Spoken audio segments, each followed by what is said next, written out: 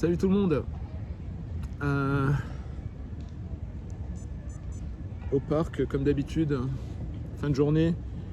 Il est 17h25, Santa Monica, journal de bord de Hatem Ben Abdallah, et nous sommes le 1er octobre 2024. Alors, je suis à l'aise, là j'ai ramené toutes mes affaires pour écrire dans mon journal intime et tout ça, et je me suis dit je vais faire une petite vidéo pour continuer l'aventure, la quête intérieure. C'est fascinant, jamais j'aurais cru que cette chaîne m'apporterait autant. Le fait de partager des choses intimes comme ça, de l'ordre du trauma, de l'enfance, tout ça, c'est balèze. On a rarement l'occasion de pouvoir partager ces choses-là, surtout dans l'époque où on vit, où en général on n'a pas trop envie d'embêter les autres, donc on garde nos épreuves, nos incompréhensions, nos tristesses, nos traumas pour nous. Et j'avoue que je pensais pas que cette chaîne m'emmènerait aussi loin dans le fait d'exercer mon acceptation personnelle, mais aussi pouvoir parler de certaines choses sans tabou qui, il n'y a pas longtemps, étaient associées à de la honte et à des traumatismes divers et variés. Mais en tout cas, voilà, donc je suis bien content. Il fait super bon aujourd'hui, hein. Et qu'est-ce que je voulais dire? Donc, comme j'ai pu le dire dans d'autres vidéos, il y a 10 ans à peu près, j'ai fait mes recherches, je suis parti à fond dans je suis parti à fond dans les lectures, dans la compréhension, à essayer de comprendre, de faire mener mon enquête.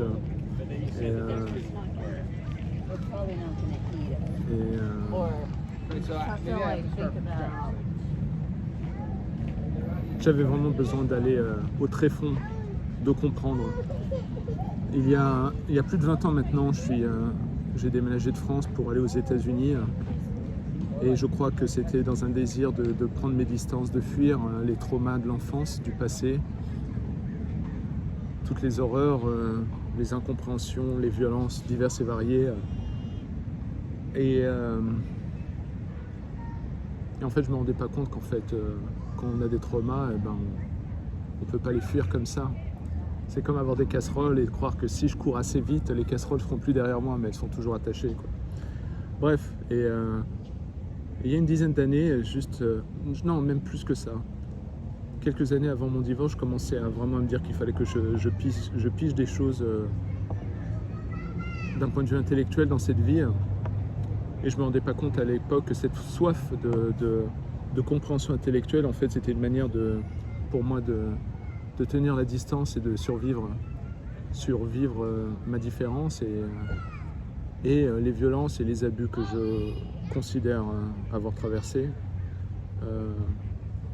Mon but, ce n'est pas forcément de blâmer la terre entière, mais de comprendre un certain nombre de choses liées à la dynamique humaine, notamment aux capacités, je ne sais pas si on peut appeler ça des capacités, au fait que beaucoup de gens errent dans cette vie sans avoir conscience de qui ils sont et du mal qu'ils peuvent faire aux autres. Donc ça a certainement dû m'arriver, hein. Je pense que j'ai dû causer pas mal de mal et de négligence vis-à-vis de gens que j'aime, comme mes enfants. Et donc ça fait plus de 10-12 ans que je suis dans cette quête intérieure. Et ce qui est fascinant, c'est que couplé à l'expérience humaine, grandir, mûrir, se confronter au réel, sortir du cocon familial, je commence ces dernières années à avoir des connexions, des alignements, des cohérences et à mieux comprendre la nature humaine. Et aujourd'hui, je voulais parler d'un phénomène. Quand je dis que j'ai fait énormément de recherches et d'études et j'ai lu, je l'ai fait vraiment.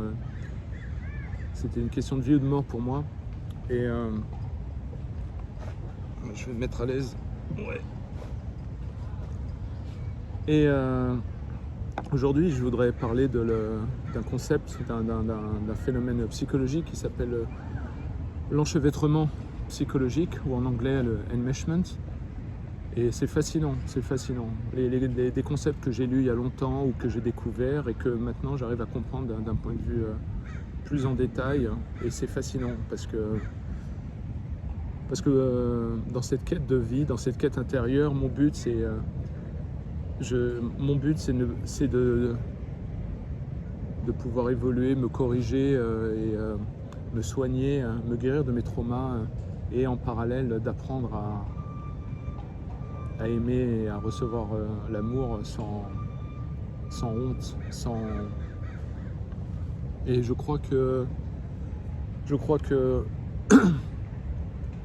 je m'interroge sur le fait que mes traumas de l'enfance, où une bonne partie sont liés à ce que je considère des abus physiques et psychologiques, je m'interroge sur le fait que depuis que je suis gamin, j'ai toujours eu un profond désir que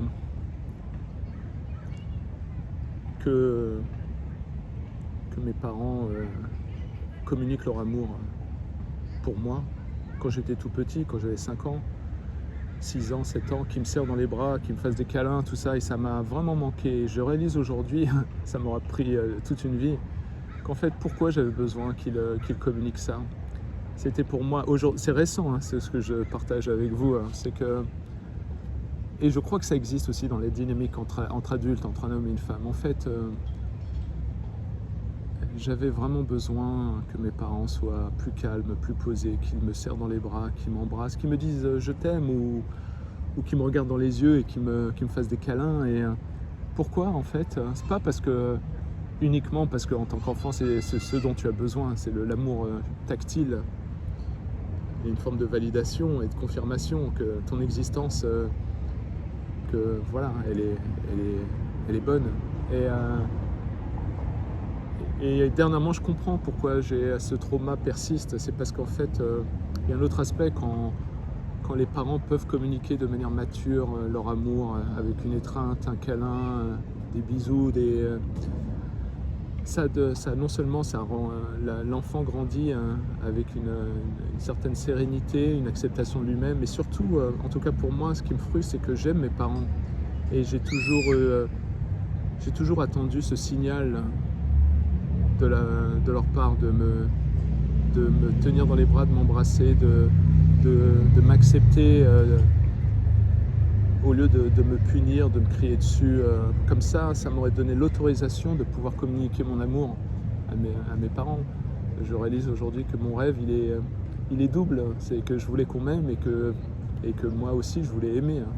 Et j'ai l'impression que le fait que je n'ai pas pu communiquer mon amour à mes parents pour leur dire, parce que j'attendais le signal, parce que c'était les adultes, eh ben c'est ce qui peut-être a causé le plus de dommages. Mais en tout cas aujourd'hui, cette prise de conscience, et d'ailleurs grâce à mes enfants, c'est étonnant, mais c'est surtout que je fais tout ce travail-là pour mes enfants. Et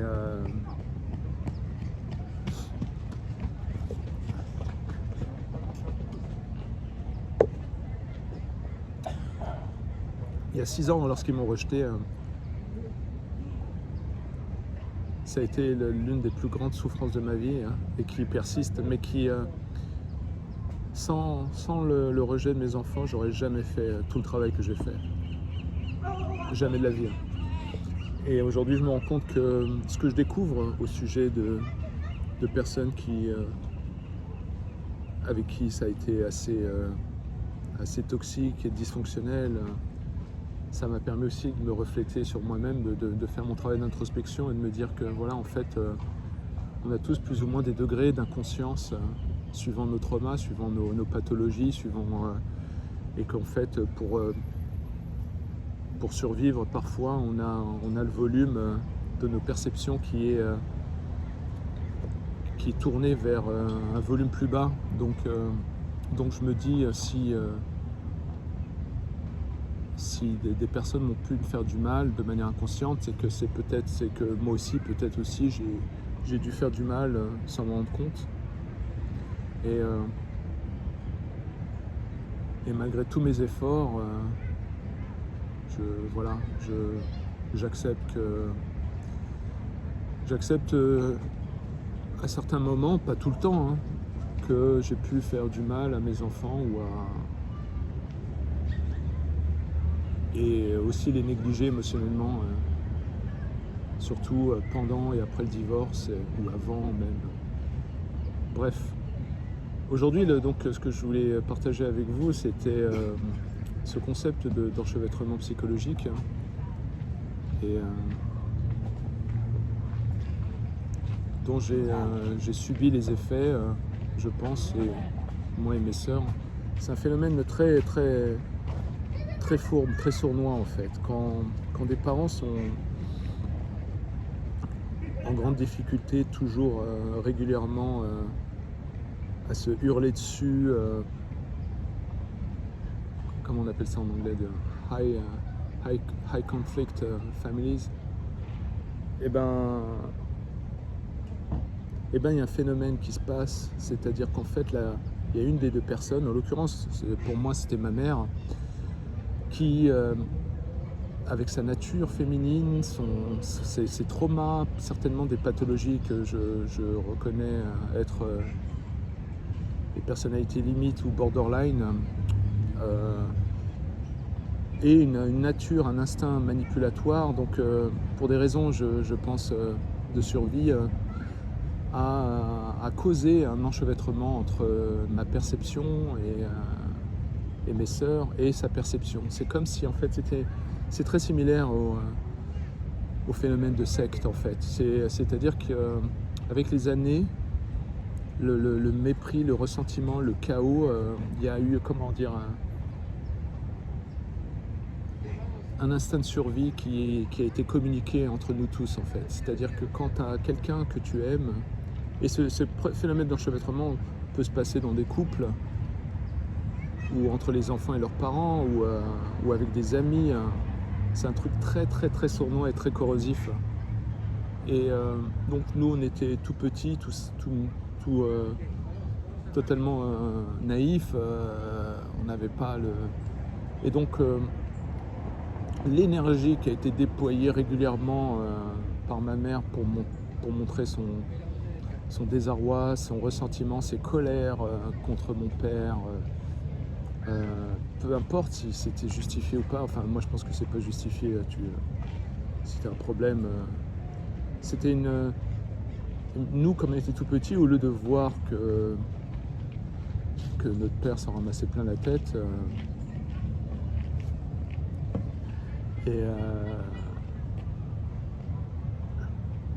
nous on l'a vu que si maman est en colère, si elle hurle, c'est qu'elle souffre, et si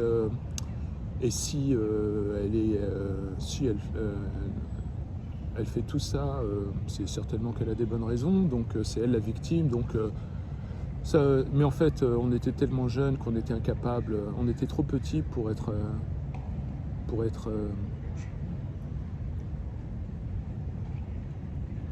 capable d'émancipation. Donc pour nous, notre mère, c'était la vérité absolue, c'était l'ange, c'était la victime, c'était donc tous les phénomènes d'enchevêtrement, lorsqu'on s'est retrouvé petit à petit à ce que nos perceptions soient enchevêtrées avec la perception de notre mère, on a fonctionné comme un seul organisme. Et donc ce qui est fascinant et terrifiant, c'est que on n'a jamais su l'étendue des dégâts, ce qu'il y avait entre on a été conditionné à croire que de toute façon, que dans notre famille, il y avait le camp du bien et le camp du mal. Et ces simplifications créent cet enchevêtrement. Je pense que c'est très similaire aux sectes, c'est-à-dire qu'il y a le camp des gentils, les camps des méchants, le monde est contre nous, bref. Et on a grandi comme ça et on ne s'est pas rendu compte de cet enchevêtrement. Et pourquoi j'en parle aujourd'hui? Parce que c'est aussi un phénomène extrêmement destructeur pour le développement émotionnel et le développement de la personnalité. Et sans mes enfants, je ne me serais jamais rendu compte que j'étais enchevêtré dans la perception de ma mère. Même quand mon père est mort, j'étais toujours persuadé qu'il était la cause de tout. Et voilà, donc il y a cet enchevêtrement. En gros, si j'arrive à le décrire, c'est que on est devenu comme une sorte de secte, une même créature multicellulaire, et où il fallait survivre à tout prix, c'est-à-dire qu'on sentait instinctivement qu'il ne fallait surtout pas contredire le narratif de la secte, donc du gourou de la secte, qui était en l'occurrence ma mère, parce que ses comportements au quotidien étaient spectaculaires et extrêmement destructeurs.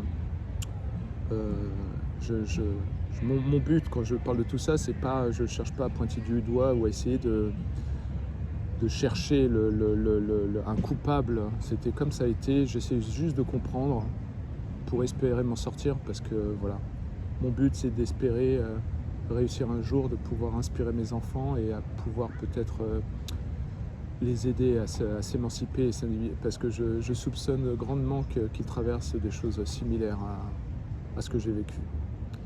Et quand j'ai fait mes recherches plus loin, quelques années, c'est marrant parce que j'ai commencé à comprendre les pathologies borderline, narcissiques, histrioniques, antisociales. Et là, j'ai commencé à comprendre, parce que ces pathologies-là, j'ai plusieurs membres dans ma famille qui ont ces pathologies-là. Et la concentration, elle est surtout autour de borderline, narcissisme et histrionisme. Et toutes ces pathologies-là, surtout la pathologie borderline, souffrent d'une peur de l'abandon extrême, en fait. Je prends un exemple, par exemple, un jour je ferai plusieurs vidéos pour parler de mes découvertes sur les pathologies borderline, narcissiques, ce qu'on appelle en France les pervers narcissiques. Mais aux États-Unis, dans la psychologie du DSM-5, il y a vraiment des catégories, et dans chaque catégorie, il y a des degrés et des versions.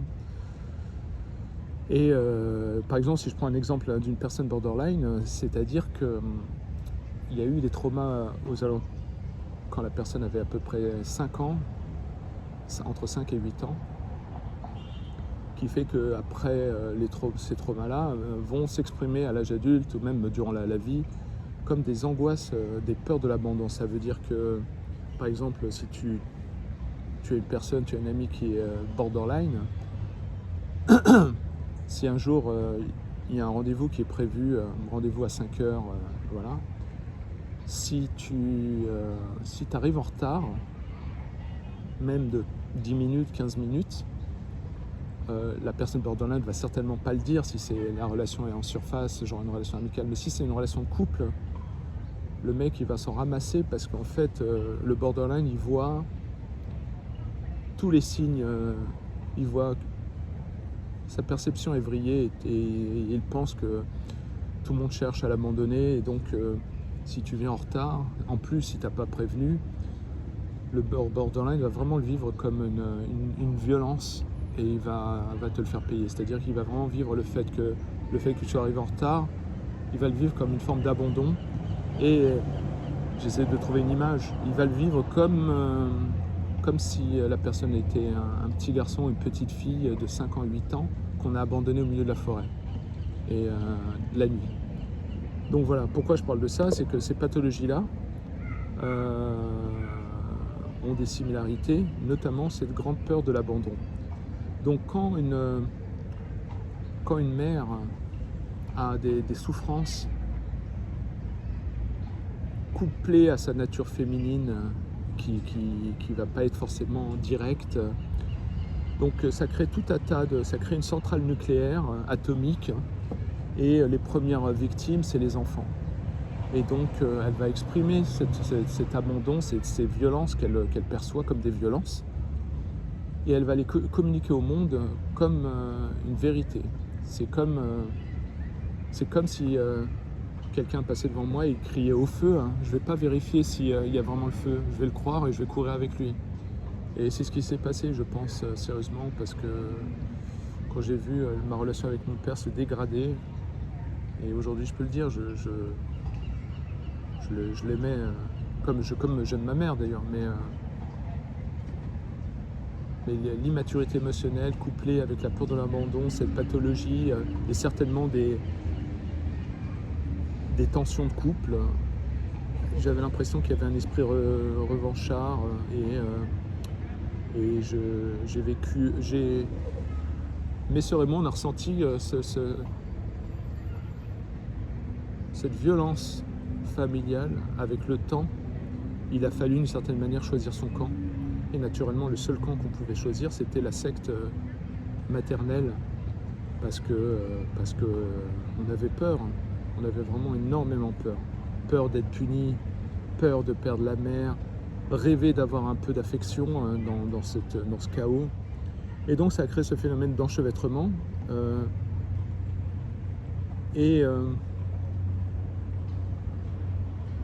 qui peut exister aussi dans d'autres relations.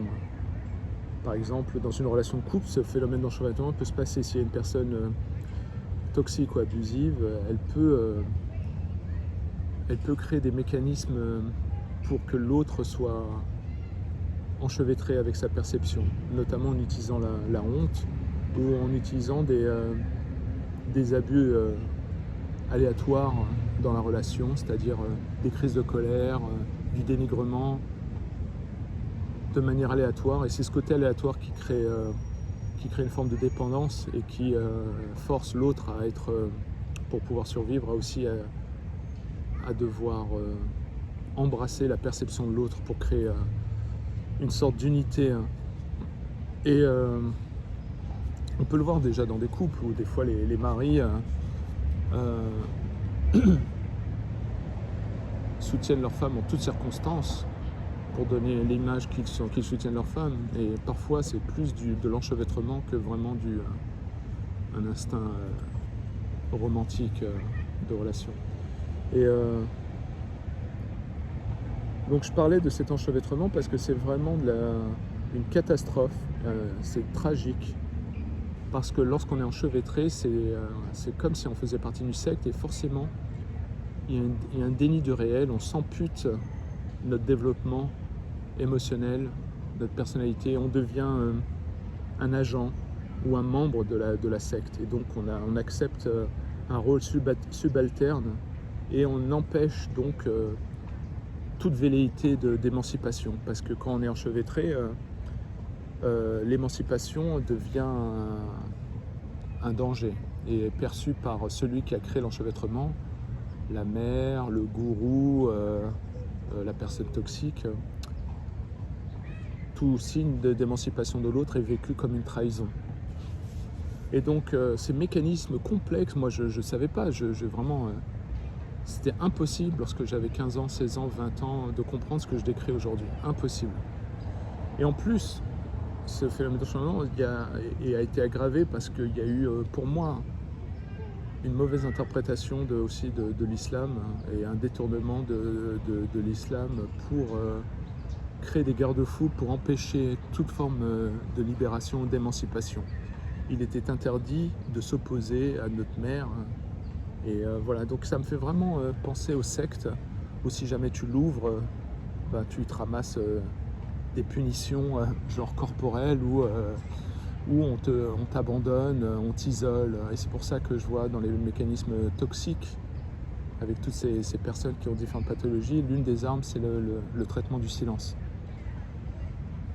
Et ça c'est voilà. Donc je parlais de cet enchevêtrement avec vous parce que c'est un phénomène d'une gravité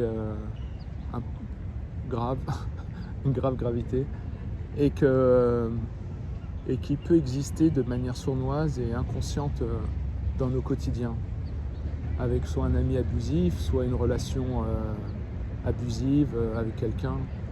Et donc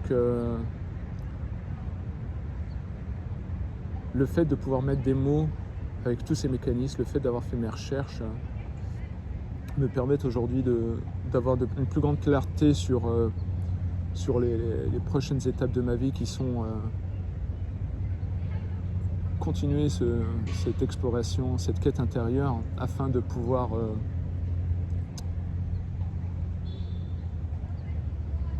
me découvrir, réaliser cette émancipation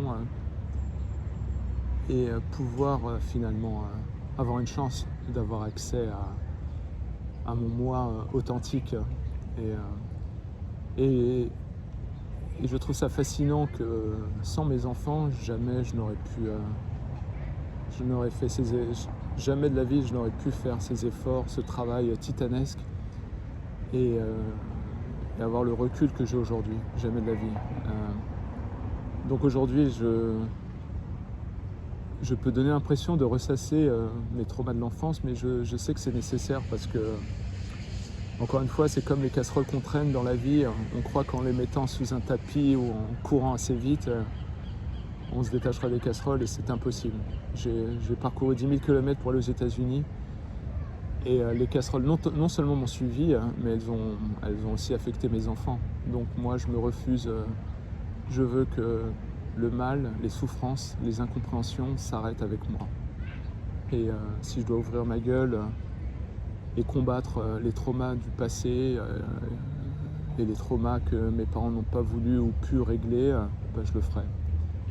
Et c'est pour ça que, en faisant cette chaîne où je parle de choses assez sensibles, j'espère un jour aider mes enfants à se réveiller, à réellement s'émanciper de leur passé et à s'individualiser et de pouvoir déployer toute leur personnalité. Et j'espère aussi les inspirer eux, comme les gens que j'aime ou mes neveux, mes nièces, à comprendre qu'on peut communiquer, partager des choses qui pourraient au départ paraître délicates ou voire honteuses. Donc voilà. Donc ce phénomène d'enchevêtrement, je sais que je l'ai eu dans ma vie à 3 reprises. Je l'ai eu avec ma mère, j'étais totalement enchevêtré jusqu'à l'âge de 40 ans. Ça a été horrible, parce que ce que j'oubliais de dire, c'est que quand on est enchevêtré, il y a une confusion après de qui on est. Je parlais des limitations de l'émancipation, on ne sait plus vraiment où on est, qui on est. On est mélangé avec la mer, donc on ne sait pas du tout si... Donc c'est une grande souffrance quand on commence à s'émanciper parce qu'on sait qu'on se fait du mal parce que finalement, comme on est enchevêtré avec d'autres personnes, notamment la mer, quand on fait ce travail d'éveil, de réveil, on a l'impression d'être dans un film de science-fiction où on sort de la Matrix voilà. Donc j'ai eu ça, je l'ai eu aussi avec mon ex-femme, avec mes idéaux d'amour, tout ça. Je me suis dit merde, si je voulais avoir une chance de tenir et de préserver la relation, il fallait... je me suis retrouvé enchevêtré et c'est pour ça que pour moi le divorce a été d'autant plus terrifiant et horrible parce que je ne savais plus qui j'étais. Mon identité était d'être un père, d'avoir une famille, tout ça, et tout ça a été complètement mélangé. Et après, j'ai eu ça encore avec une autre personne plus tard, comme quoi je l'ai choisi bien, et où l'enchevêtrement s'est fait par les techniques que certains pervers narcissiques font, qui est de créer ce qu'on appelle un lien traumatique. J'en parlerai un jour dans une des vidéos. Ce lien traumatique, c'est un truc fascinant, qui en fait, pour aller vite, c'est une personne qui, pour garder l'autre, va abuser de l'autre de manière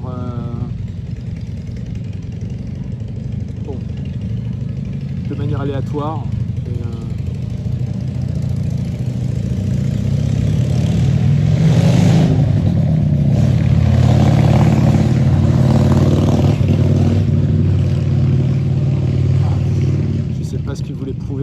Bref, en tout cas, le lien traumatique, c'est quand une personne pète un câble de manière aléatoire ou abuse de l'autre de manière aléatoire. C'est surtout l'aspect aléatoire et qui crée en fait chez l'autre une forme d'addiction, puisque le cerveau, d'un point de vue chimique, va comment dire, va se retrouver attiré et va se retrouver comment dire, prisonnier psychologiquement avec l'autre à cause de ce phénomène addictif de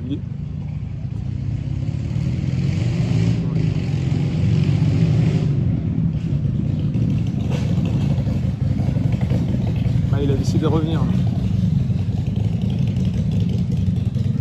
Donc voilà, j'ai eu ça.